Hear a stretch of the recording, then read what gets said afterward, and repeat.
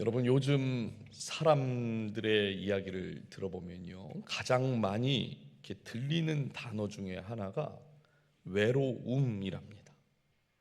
근데 생각해 보면요, 이 외로움을 느낀다는 게 참 이상합니다. 왜냐하면 지금 우리가 살고 있는 이 시대는 인류 역사상 가장 많이 연결되어 있는 그런 시대거든요. SNS를 통해서 미국에서 한국으로, 또 한국에서 유럽으로, 또 아프리카로, 그 어디에 있든지 간에 오늘날 우리가 소통하는 것이 어려움이 없습니다. 이런 소통이 가능한 시대 속에서 아이러니하게도요, 외로움을 더 많이 지금 느낀다, 이렇게 말하는 거죠. 이유가 뭘까요? 여러분, 사람이 가장 외로움을 많이 탈 때가 언제죠? 언제 가장 외로우십니까? 혼자 있을 때입니까? 어디에 속해 있지 않다고 느낄 때예요. 이 목회를 하면서 참 많이 듣는 말 중에 하나입니다.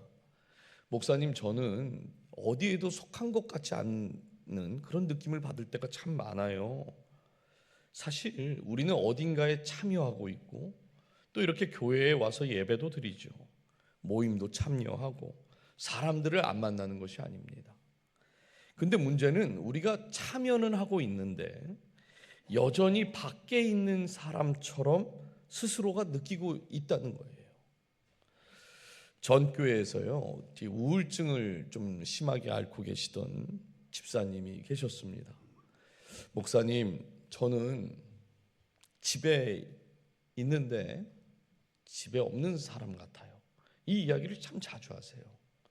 자녀도 있고 남편도 있는데 정작 제 자신은 그 집에 없는 것처럼 느껴질 때가 참 많습니다. 제가 이 이야기를 듣고 꽤 놀랐던 기억이 있습니다. 그렇다면 여러분, 교회는 다를까요? 교회 다닌 지가 뭐 몇십 년이 지났는데도요, 내가 우리 교회에 속해 있는 건지 잘 모르겠다고 하시는 분들도 계십니다. 광고로 보신 것처럼 우리 교회가 5월 한 달 동안 이 빌롱이라는 주제를 붙들고 나아갑니다. 그래서 오늘은 전체 이 주제예요. 빌롱, 나는 어디에 속한 사람인가? 이것을 나눌 텐데요. 첫 번째, 우리는 더 이상 밖에 있는 사람이 아니다라고 말합니다. 19절 한번 다시 보십시오. 그러므로 이제부터 너희는 외인도 아니요 나그네도 아니요 오직 성도들과 동일한 시민이요 하나님의 권속이라. 여러분, 이 말씀은요, 우리가 이렇게 되었으면 좋겠습니다, 이런 뜻이 아닙니다. 이미 시민이고 하나님의 권속, 즉 가족이 되었다, 지금 말씀하고 있는 거예요. 근데 문제는 우리가 신앙생활을 하면서 앞에서 말씀드린 것처럼 이렇게 가족인데 가족같이 아는 그런 느낌을 받을 때가 많다는 거죠. 그러다 보니까 어떤 행동을 할 때도 소극적으로 변하게 되고 그냥 눈치를 봐야 할 때가 있습니다.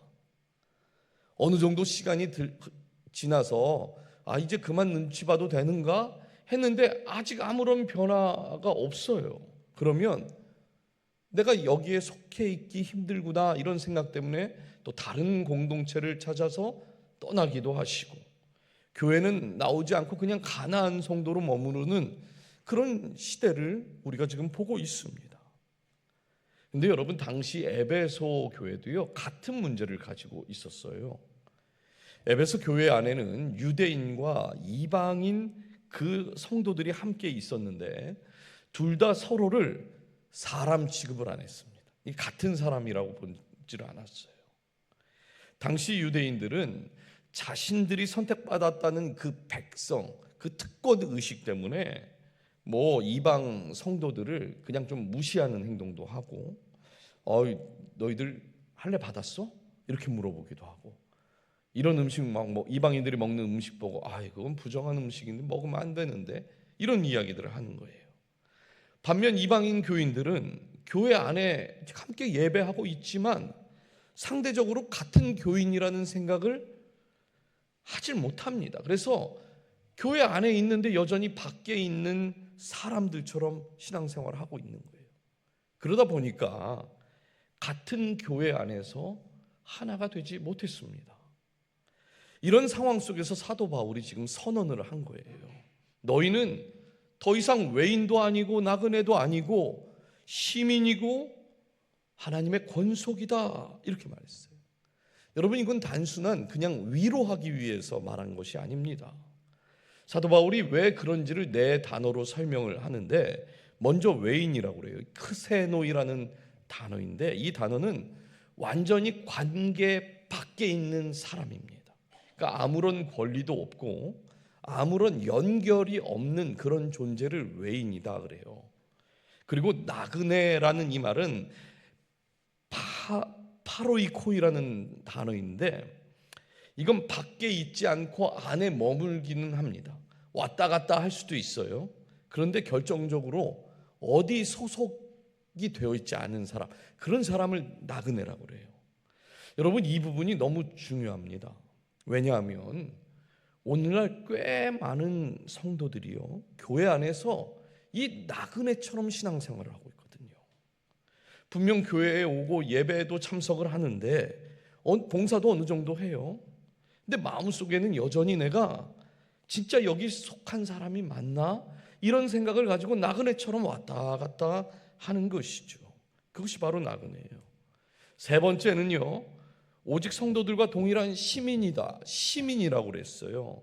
이게 숨플리타이라는 단어인데요, 같은 권리를 가진 사람, 같은 나라의 사람, 이런 뜻입니다. 그러니까 여기서부터 밖에 있는 사람은 아닌 거예요. 근데 바울은 여기서 한 걸음 더 나아가서 하나님의 권속이라는 표현을 썼습니다. 이 단어는 가족을 뜻하는 거예요. 가족. 흐름을 한번 보십시오. 외인에서 나그네, 나그네에서 시민, 권속, 가족. 완전히 밖에 있던 그 존재가 하나님의 집 안으로 지금 들어온 것입니다. 그것도 손님으로 온 것이 아니라 뭘로 왔어요? 가족으로 왔다는 거예요. 가족. 하나님께서 저와 여러분을 우리 벅스카운트 장로교회로 부르실 때에 손님으로 부르신 게 아니라 가족으로 부르신 겁니다. 그런데 여러분, 우리가 여기서 한 가지 딱 주목해서 봐야 할 단어가 권속, 가족이에요. 시민도 같은 권리를 가졌지만 시민과 가족은 다른 거거든요. 시민은 같은 나라에 속해 있지만 서로의 삶에 깊이 들어가지 않습니다. 근데 가족을 한번 보세요. 가족은요, 힘들어도 서로를 포기하지 않습니다. 서로를 포기하면 더 이상 가족 아닌 거예요. 서로를 위해서 희생하는 것이 가족인 것입니다. 제가 지난 목요일에 이제 한 가정을 신방을 했는데 75년도에 미국에 오셨답니다. 요즘에 제가 지난번에 저는 13,000불 가지고 왔다라는 거 말씀을 드렸더니, 저 처음 보자마자 목사님 저는 260불 가지고 오셨대요. 75년도에. 미국에 오셔서 이제 얼마 지나지 않았는데 아버지께서 위독하시다는 소리를 들은 거예요. 그런데 집안 형편이 그렇게 좋지 못하다 보니까 아버님을 뵈러 나가면 이제 그 돈을 한국으로 이제 보내줄 돈이 없는 겁니다. 그리고 가서도 이제 이미 장례가 끝나고, 그래서 이 집사님이 장남이셨는데 한국에 있는 그 동생들을 이제 내가 아버지 대신 좀 돌보고 책임져야겠다, 이런 생각을 하시게 되었대요. 그러다 보니까 아껴서 쓸 수밖에 없었고, 남들이 버리는 것 같은 거 가져다가 계속 고쳐서 쓰셨고, 회사에서는 늘 오버타임을 하면서 그 돈을 정말 다 모아서요, 한국에 있는 그 동생들 또 집사님 자녀들을 다 공부시켰다, 그런 이야기를 하시더라고요. 여러분, 이게 바로 가족인 것이죠. 가족은요, 내가 먼저가 아니라요, 너를 위해서 내가 가진 것을 내어줄 수 있는 관계입니다. 그게 가족이에요. 오늘 사도 바울이 우리가 그런 하나님의 가족이 이미 되었다, 이렇게 말하고 있는 것이에요. 그리고 이것이 빌롱입니다. 여러분, 빌롱은 내가 우리 교회 안에서 편안함을 느끼고 있는가? 이 문제를 말하지 않습니다. 사람들이 나를 얼마나 알아주는가? 이 문제도 아니고요. 내가 이 공동체 안에서 얼마나 익숙해져 있는가? 이걸 말하지 않습니다. 우리가 느끼는 감정, 우리가 지금 경험하고 있는 그 상황이 우리의 빌롱을 결정하는 것이 아니기 때문에 그래요. 여러분, 빌롱은요, 사람이 정한 거 아닙니다. 하나님께서 이미 저와 여러분을 뭐라고 부르셨다고요? 가족. 오늘 어떻게 아침부터 기분 나쁜 일 있으세요? 굉장히 심각하게 말씀을 듣고 계시네. 예. 가족 얘기하는 거예요. 가족 얘기. 예. 교회는 내가 마음에 들면 잠시 머물다 가는 그런 장소 아니에요. 교회는 내가 편안하면 거기에 참여하고 불편하면 내가 그 모임 떠나겠다고 하는 그런 장소 아닙니다. 교회는요, 하나님께서 그리스도의 피로 우리를 불러 모으신 가족들이 모인 곳이에요. 그래서 교회 안에는 원래부터요, 손님이라는 게 없는 겁니다. 오래 다닌 성도도, 우리 교회에 새로 오신 성도도, 믿음이 좋다고 여겨지는 성도도, 이제 신앙생활하는 그 성도도 다 그리스도 안에 있으면 하나님의 가족인 것이에요. 근데 물론 가족이라고 해서 다 편한 건 아니에요. 가족 때문에 오히려 더 불편하고 부딪히는 일들도 있고, 가족이기 때문에 더 실망스러운 마음이 들 때도 있습니다. 하지만 가족은 불편하다고 해서 관계를 쉽게 끊지 않아요. 가족은 서로를 배워가고 기다려주고 함께 자라가는 것입니다. 그래서 이제는 우리 교회가 정말 그냥 모든 성도님들이 그냥 내가 어디에 속해 있는지 모르겠어요, 손님처럼 살지 않았으면 좋겠습니다. 우리 교회가 나에게 얼마나 편안한지, 내가 얼마나 이곳에서 인정받고 있는지 이런 생각에서 벗어나셔야 돼요. 여러분, 저도요, 우리 교회에 온 지 얼마 안 됐잖아요. 솔직히 말씀드리면 어색한 부분이 왜 없겠습니까? 저에게 불편한 부분이 왜 없겠어요? 있습니다. 그런데 어색하고 불편한 것들이 제가 우리 교회에 속해 있다라는 것을 그걸 결정하는 게 아니에요. 하나님께서 이미 저를 우리 교회 가족으로 부르신 겁니다.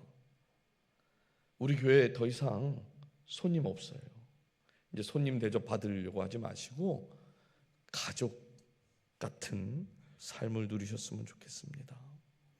그래서 여러분, 이렇게 권면드립니다. 이제 밖에 서 있지 마세요. 밖에 서 있지 마십시오.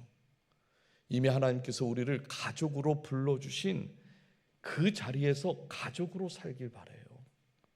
이번 5월 한 달 동안 그 하늘 가족의 큰 기쁨을, 이 주보 보시면 박스 해놔가지고 매주 이렇게 행사들이 있잖아요. 거기에 가족으로 꼭 참여를 해주시면 좋겠습니다. 두 번째, 하나님의 가족은 서로를 받아들이는 공동체입니다. 여러분, 가족에 대한 이미지 한번 떠올려 보세요. 앞에도 말씀드린 가족이 항상 편한 건 아니에요. 부딪히는 일들 많습니다. 마음이 상할 때도 있어요. 근데 가족은 쉽게 관계를 끊지 않는다고 말씀드렸잖아요. 심지어 서로 다른 곳에 살고 있다가 내 가족이 어렵고 힘든 일을 당했다고 그러면 바로 한 걸음에 달려오는 것, 그게 가족 아닙니까? 인간관계에서 끝까지 떠나지 않고 끝까지 받아들여주는 그런 관계는 가족밖에 없어요. 성경이 말하는 가족의 모습도 이런 모습입니다. 그런데 이게 말처럼 쉽지 않다는 거예요. 왜냐하면 우리는 자연스럽게 누군가를 받아들이는 것보다 구분하고 나누고 선을 긋는 것에 익숙하거든요. 그런데 그것을 깨뜨리는 사건이 성경에 나옵니다. 사도행전 10장을 보면 베드로와 고넬료의 이야기가 성경에 등장을 하는데, 이 고넬료는 로마 군대의 백부장입니다. 그러니까 유대인의 입장에서 보면 자신들을 지금 억압하고 자기의 나라를 지금 다스리고 있는 그 군대의 그 백부장인 거예요. 그런데도 유대인들에게 있어서 어떤 사람입니까? 이방인인 거죠. 완전히 다른 사람이고 섞이면 안 되는 그런 사람입니다. 그런데 그 고넬료에게 하나님께서 베드로를 부르라 이렇게 말씀하셨어요. 그리고 동시에 베드로에게는 환상을 주시면서 하늘에서 이 보자기가 쫙 내려오는데 그 안에는 유대인들이 절대 먹지 않는 부정한 음식들이 담겨져 있었습니다. 근데 하나님께서 베드로에게 뭐라고 하시냐면 그 음식들을 먹으라고 그러셨어요. 베드로가 깜짝 놀라서 절대 자기는 그럴 수 없다고, 주님 저는 단 한 번도 부정한 음식을 먹은 적이 없습니다 이렇게 말해요. 그러니까 하나님께서 사도행전 10장 15절에 이렇게 말씀합니다. 또 두 번째 소리가 있으되 하나님께서 깨끗하게 하신 것을 내가 속되다 하지 말라 하더라. 여러분 지금 이게 음식 이야기하는 게 아니라요, 사람 이야기하는 겁니다. 베드로의 머릿속에는 아직도 분명한 구분이 있습니다. 내가 볼 때 이 사람들은 괜찮은 사람, 내가 볼 때 저 사람들은 나와 함께 할 수 없는 사람. 하나님께서 베드로의 이 기준을 지금 환상을 통해서 아예 깨버리신 거예요. 결국 베드로가 고넬료의 집에 들어갑니다. 유대인이 이방인의 집에 들어가면 큰일 나는데 들어갔어요. 그리고 나서 그 베드로가 고넬료에게 이렇게 고백을 하는데 사도행전 10장 26절 보니까 베드로가 일으켜 이르되 일어서라 나도 사람이라 하고. 여러분 이 말의 뉘앙스가 어떻게 들리십니까? 나도 사람. 그럼 사람이지 뭐 다른 뭐가 있을까요? 어떻게 들리세요? 너와 내가 다르지 않다 이걸 말하는 겁니다. 사도행전에서 만나는 베드로는 복음서에서 만났던 그 베드로와 완전히 다른 사람이잖아요. 사도행전에 나오는 베드로는 두려움이 없습니다. 베드로의 설교를 들고 3,000명, 5,000명이 회심을 하고 주님 앞에 왔어요. 이 일 때문에 종교 지도자들이요 예수님 잡는 것처럼 베드로를 잡아서 옥에 가두고 협박을 막 합니다. 그랬는데도 베드로는 그 협박에 굴하지 않고 담대하게 그들에게 복음을 전했던 사람이에요. 그런데 그랬던 그 베드로도 나와 함께 할 수 있는 사람과 나와 함께 하면 안 되는 그런 사람의 기준을 가지고 있었다는 거죠. 하나님께서 베드로의 지금 능력을 말하는 걸까요? 너와 내가 다르지 않다. 하나님께서 선하다고 하신 것을 왜 그것을 네가 나누느냐? 우리는 같은 자리다.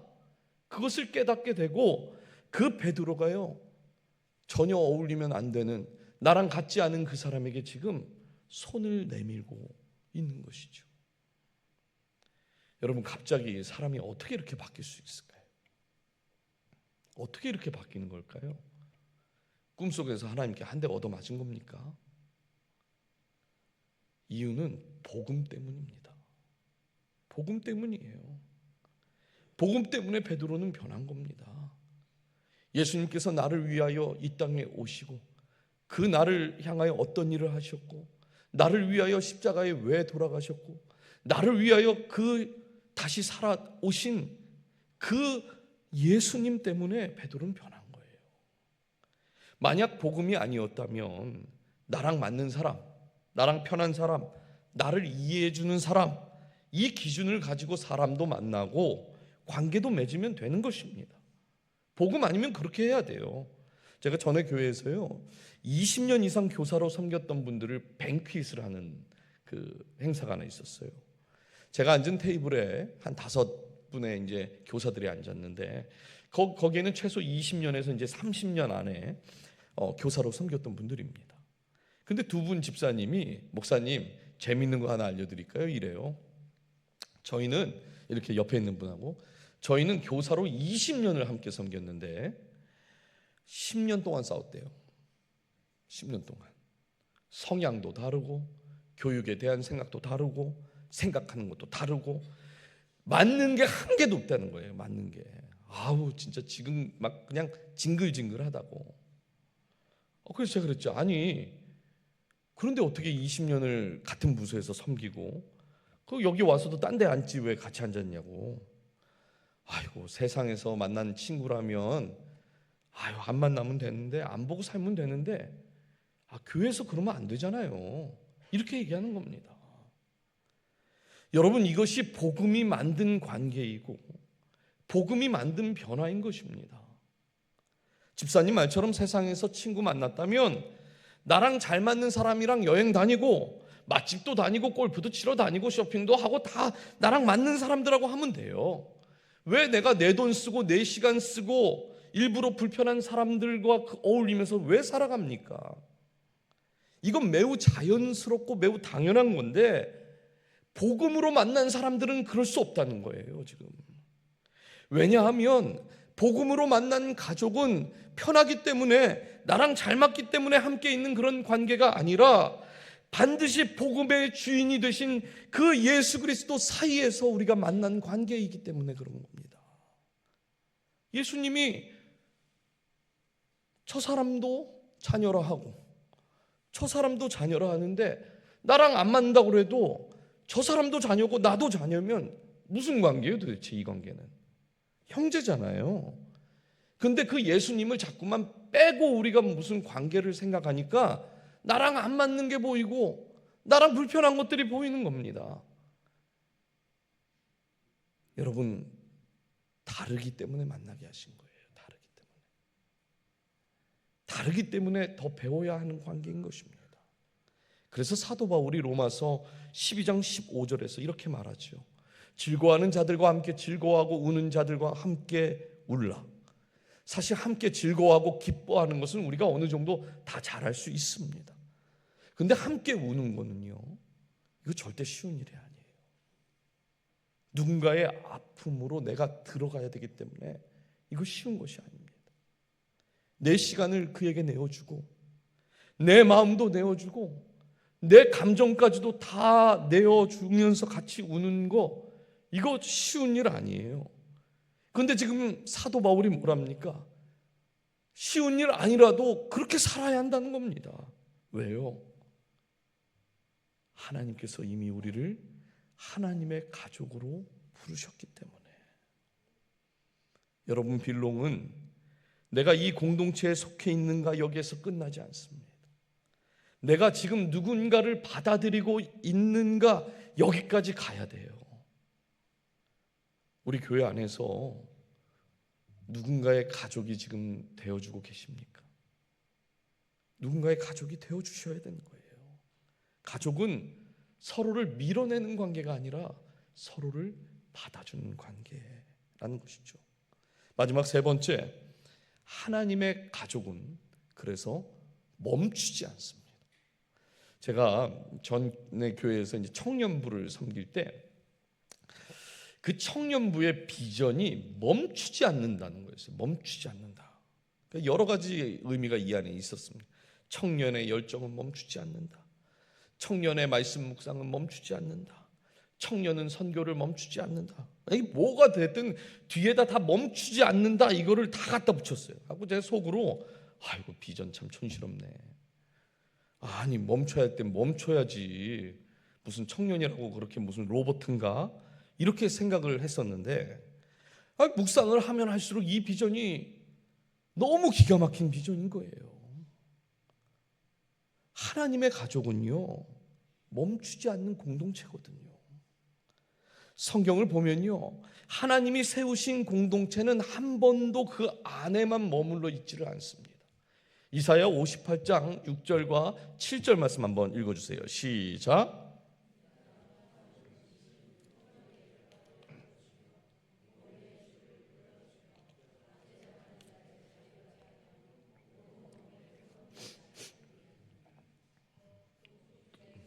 내 양식을 나누어 주며 유리하는 빈민을 집에 들이며 헐벗은 자를 보면 입히며 내 고륙을 피하여 스스로 숨지 아니하는 것이 아니겠느냐. 여러분, 당시 이스라엘 백성들은 금식을 하고 있었습니다. 기도도 하고 있었고 겉으로 보면 하나님을 너무나 잘 믿고 하나님을 이렇게 구하고 찾는 것처럼 보여요. 그런데 하나님이 기뻐하지 않는 금식을 하고 있다고 그래요. 그리고 하나님이 기뻐하시는 금식은 그러면서 이야기를 하죠. 근데 여러분, 우리가 금식하면 금식이 뭡니까? 음식을 안 먹는 거잖아요.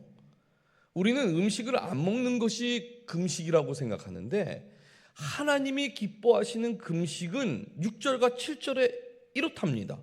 결박을 풀어주고 멍에의 줄을 끌어주고 압제당하는 자를 자유케 해주고 모든 멍에를 꺾는 것이다. 또 줄인 자에게 양식을 내어주고 빈민들을 집에 들이는 것이고 헐벗은 자를 입히는 것. 여러분, 이게 어떻게 금식입니까? 이게 어떻게 금식이에요? 근데 6절에서 이 기뻐하는 이라는 이 단어를 히브리어로 하페츠라는 단어를 썼는데, 이 뜻은요, 하나님이 정말 원하고 기뻐하는 뜻, 그것을 말하는 단어입니다. 그러니까 착한 일 몇 가지 하라는 게 아니에요. 성도들에게, 그 하나님이 세우신 그 공동체에게 너희들이 그냥 착한 일 몇 가지 하면서 살아라, 이 말씀을 하는 것이 아니라 결박, 멍에, 압제, 줄인 자, 빈민, 헐벗은 자, 다 멈춰 있는 것 같은, 묶여 있는 것 같은, 결박당한 것 같은 그런 상태의 사람들을 풀어주라는 거예요. 풀어주라는 거예요. 은혜를 흘려 보내라는 겁니다. 그것을 하나님은 내가 기뻐하는 금식이다, 이렇게 말하는 거예요. 그리고 그렇게 살아가는 것이 진짜 예배다, 지금 이렇게 말하는 겁니다. 사랑하는 여러분, 하나님의 가족은 예배당 안에서 멈추지 않습니다. 하나님의 가족은요, 사람의 아픔 안에 그냥 머물러 있지 않아요. 하나님의 가족은 필요를 보면 그냥 지나가지 않습니다. 제가 주보 보세요. 이 빌롱이라는 주제 속에 많은 일들 계획하고 있는데, 그 중에 네 번째 주에 보면은 우물 프로젝트라는 게 있습니다. 제가 청년들하고 매년 여름이 되면 선교를 이제 다녔는데, 선교지에 주로 갔던 곳이 어디냐면 물이 부족한 나라였습니다. 깨끗한 물을 먹지 못해서 아이들이 계속 병으로 고생하는 그런 나라들을 좀 다녔어요. 제자 중에 그 제자는 그 학교에서 그 하수도와 연결된 그런 공부를 하던 제자가 있었습니다. 이제 캄보디아에 함께 선교를 다녀왔는데, 다녀와서 저보고 그래요. 목사님, 제가 결단한 게 하나 있다고. 뭘 결단했냐 그랬더니, 선교제 아이들이 깨끗한 물을 못 먹어서 너무나 항상 배가 아프고 치료도 받기 힘든 그런 현실을 보니까, 제가 이 물 공부를 해서 깨끗한 물을 참 마실 수 있는데 그런 시설이 전혀 안 된 게 너무 마음에 아파요. 그래서 자기가 나중에는 매년 여름마다, 그리고 이 비전을 가지고 그런 선교지에 가서 깨끗한 물을 어떻게 하면 마실 수 있을까를, 그 일을 해보고 싶다고 그걸 결단하는 겁니다. 그리고 나서 그 해부터 제 청년들과 동전을 모으기 시작했어요. 제가 이제 여기 와서는 함께하지 못하고 있는데, 이렇게 우물 파는 기계로 한번 이렇게 우물을 이렇게 팔 때마다 그 당시에 한 600불이었던 것 같습니다. 근데 지금은 정확히 얼마인지는 모르겠어요. 근데 청년들이 집에서 굴러다니는 그 동전들을 이제 모으기 시작했고, 일부러 집에 갖고 가서 막 동전 바꿔오고, 그걸 모아서 어떤 해는 5 우물을 파기도 하고, 또 어떤 해에는 10 우물을 팠습니다. 그래서 우리 교육부하고 그 행사를 하려다 보니까 우리 교육부하고만 하다 보면은 한 우물 파기도 힘들 것 같아요. 얼마 많지 않아서. 그래서 우리 모든 교인들에게 이 우물 프로젝트를 같이 하면 참 좋겠다라는 생각을 했어요. 집에 굴러다니시는 동전들이 있으실 겁니다. 특히 올해는요, 우리가 두바이에 계신 우리 파송 선교사님께 좀 다녀오려고 했는데, 이 전쟁 때문에 우리가 가지 못하게 되었잖아요. 그래서 알라스카만 다녀오게 됩니다. 여러분, 우리가 가지 못한다고 해서 그럼 멈춰야 하는 걸까요? 기도하는 가운데 하나님께서 그때 청년들하고 우물 파는 그런 프로젝트를 했던 그 생각을 저에게 주셨어요. 여러분, 이거 단순히 그냥 동전 모으는 행사 아닙니다.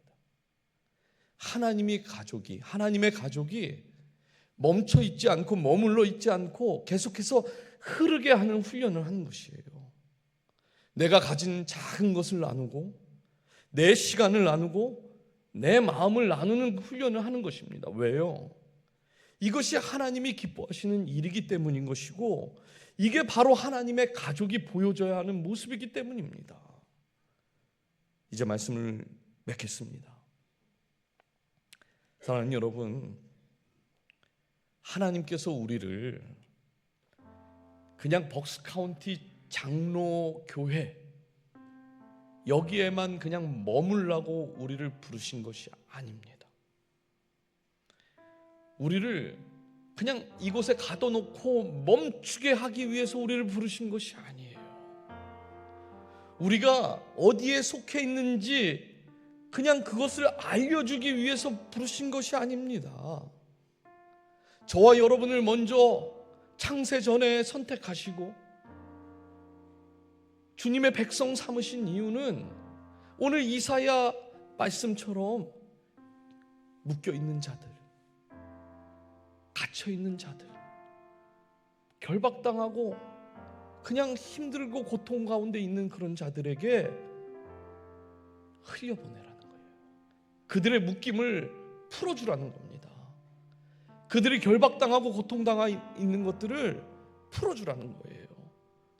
그러려면 우리가 어디에 속해 있고 우리가 무엇 때문에 부르심을 받았고 우리가 무엇을 향해 나아가야 할지를 우리가 먼저 깨닫고 우리가 붙들어야 하는 거잖아요. 이 가정에서 아버지가 이리로 간다 그러면 다 가족들 글로 가잖아요. 아버지가 오늘 나 고기 먹고 싶다. 근데 네, 그건 아버지 혼자 드시고 우리는 짜장면 먹으러 갈 겁니다. 그런 가족도 있어요. 근데 가족은요, 저희 집이요, 저희 아들은 한식을 좋아합니다. 초등학교 때도 삼겹살에 고추장을 도시락으로 싸가네요. 딸내미는 그 서양 음식을 또 좋아해요. 외식을 가면 어디를 가야 될까요? 어디를 가야 될까요? 한식입니까? 외식, 서양식입니까? 엄마가 좋아하는 걸 먹어요. 가정의 평화를 위해서. 예, 가정의 평화. 그런 거잖아요. 각자 다 알아서 먹고 와라. 가족은 그런 게 아니잖아요. 가족의 평화를 위해서 제가 먹고 싶은 게 있어도 절대 이야기하지 않습니다. 평화를 위해서. 가족은 그런 거예요, 여러분. 이 5월 한 달 빌롱을 잊지 마십시오. 우리가 어디에 속해 있는지를 분명하게 붙들고 누군가에게 내가 가진 그 자리, 내가 가진 것을 내어주는 그 삶을 한번 살아보십시오. 참여해보세요. 그러면 그 하나님께서 흘려보내지는 그 삶 속에 넉넉하게 채우시는 그 주님을 우리 모두가 경험하게 될 줄 믿습니다. 그 은혜로 살아가는 저와 여러분이 되기를 주님의 이름으로 축복합니다. 우리 이 시간 모두 자리에 일어나셔서 우리 마지막 찬양하고 함께 기도하고 그리고 예배를 마치도록 하겠습니다.